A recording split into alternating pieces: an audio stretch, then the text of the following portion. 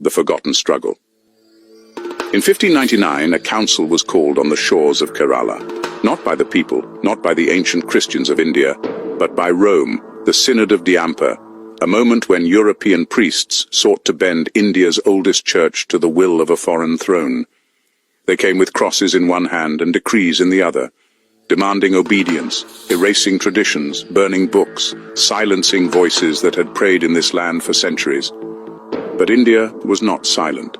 The faithful remembered their heritage, and from this clash was born one of the most decisive rejections of Rome's authority in Asia. This is the story of power, resistance, and the struggle to define faith on Indian soil. The Synod of Diamper sought to erase a history. The Coonan Cross Oath fought to reclaim it. In those 60 years, the St. Thomas Christians of India learned the price of submission and the cost of rebellion. In the heart of Kerala, on the Malabar coast of India, two events stand like shadows over history: the Synod of Diamper in 1599 and the Coonan Cross Oath in 1653. One was the attempt of the Portuguese Catholic Church to crush the ancient faith of the St. Thomas Christians, forcing them under Rome's authority. The other was an uprising, a cry of defiance, when thousands swore before the cross never again to bow to foreign domination. This was more than religion. It was culture, language, identity, a struggle between colonial power and native faith. The Synod of Diamper burned books, erased traditions, and chained a people to Rome. The Coonan Cross Oath broke those chains with trembling hands and angry voices, declaring, "We will not be slaves to your altar." This is not just the story of faith, it is the story of resistance, the forgotten struggle of a people who dared to defy empire in the name of God and in the name of freedom. Imagine a Christian community that has stood the test of centuries, not in Rome, not in Europe, not under the shadow of emperors or the decrees of popes, but on the coast of India, where the Arabian Sea meets the Malabar shore. This community traced its origin not to missionaries sent by Rome, but to one of the apostles himself, Thomas, the doubter who touched the wounds of Jesus and then carried the message eastward. For nearly 2 millennia, these Christians, called the Nazranis, or followers of Jesus of Nazareth, preserved a faith independent of Rome. They prayed in Syriac, the ancient liturgical language of Mesopotamia. Their bishops came from Persia, not from Europe. Their rituals blended seamlessly with Indian traditions. Their faith was not an imported garment, but a living root deep in Indian soil. For centuries, they lived in dignity. Hindu rulers granted them copperplate charters, confirming their rights and privileges. They were traders, scholars, and respected members of society. Unlike the constant struggles between church and crown in Europe, these Indian Christians coexisted peacefully within the wider culture. They were not Catholic, they were not Orthodox, they were simply Nazranis, Indian Christians with an identity as old as, and in some ways older than, Rome itself. But in 1498, sails appeared on the horizon. Vasco da Gama's fleet arrived, carrying not only merchants, but also a mission of conquest. With the Portuguese crown came the Vatican. With the sword came the cross. Rome, struggling to maintain its authority in a fractured Europe, turned its eyes outward. If Europe was slipping from its grasp because of the Reformation, then perhaps Asia, Africa, and the Americas could become new trophies of papal power. The Nasranis welcomed the Portuguese at first. They were not hostile to other Christians, but they soon realized this was not a meeting of equals. This was domination disguised as fellowship. The Synod of Diamper, 1599. In the small village of Udayamperor, known as Diamper, Archbishop Aleixo de Menezes of Goa summoned the St. Thomas Christians to a council. It was called a synod, but it was not dialogue. It was conquest dressed in religious robes. At Diamper, their sacred books written in Syriac were confiscated and burned. Manuscripts that carried prayers, hymns, and theological reflections older than the papacy itself turned to ash in the flames. Their ancient liturgy was rewritten. Their bishops, once chosen from Persia, were replaced with Latin prelates. Local customs, which blended Indian culture with Christian faith, were condemned as heresy. At the end, one demand remained: submit to Rome.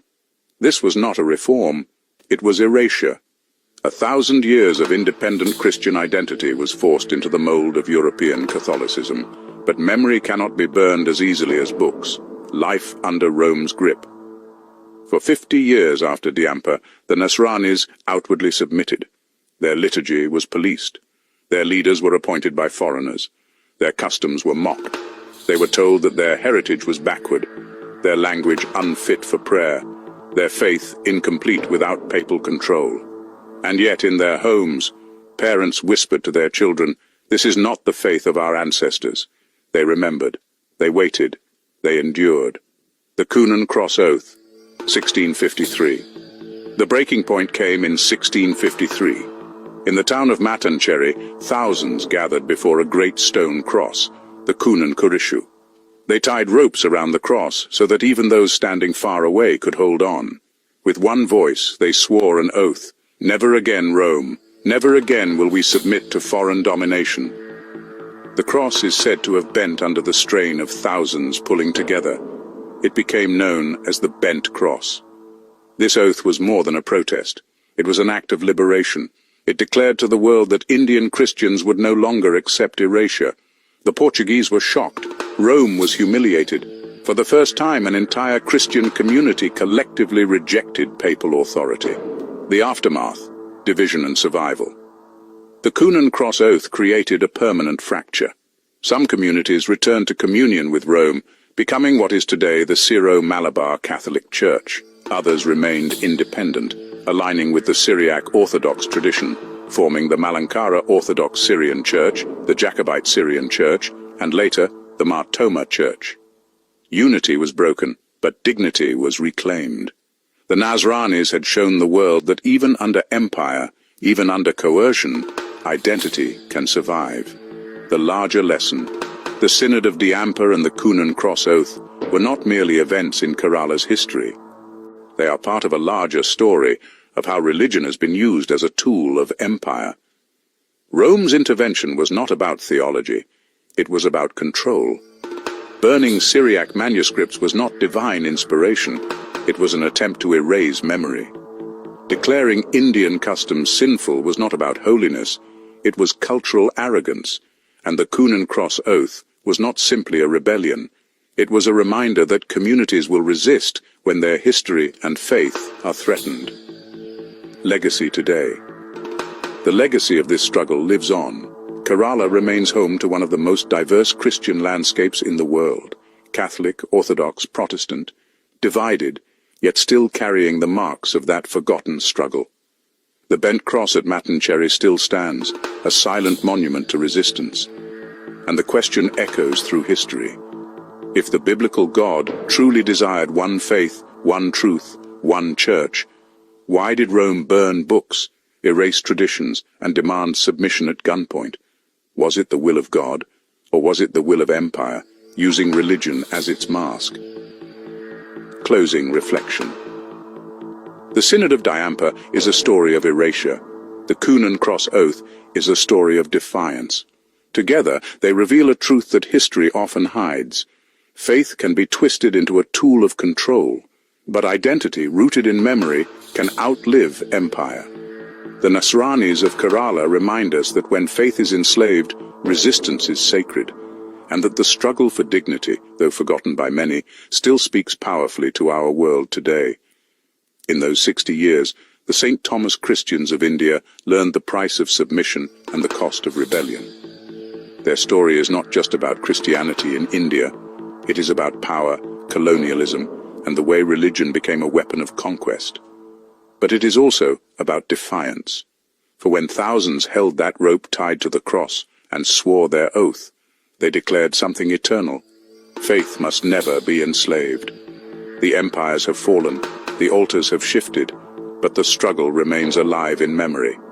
The Synod of Diamper and the Coonan Cross Oath are not relics of the past. They are warnings for the present. Because wherever power dresses itself in religion, and wherever conquest hides behind a cross, humanity must choose submission or resistance. The Coonan Cross Oath ultimately produced division. Those who remained aligned with Rome evolved into what is today the Syro-Malabar Catholic Church.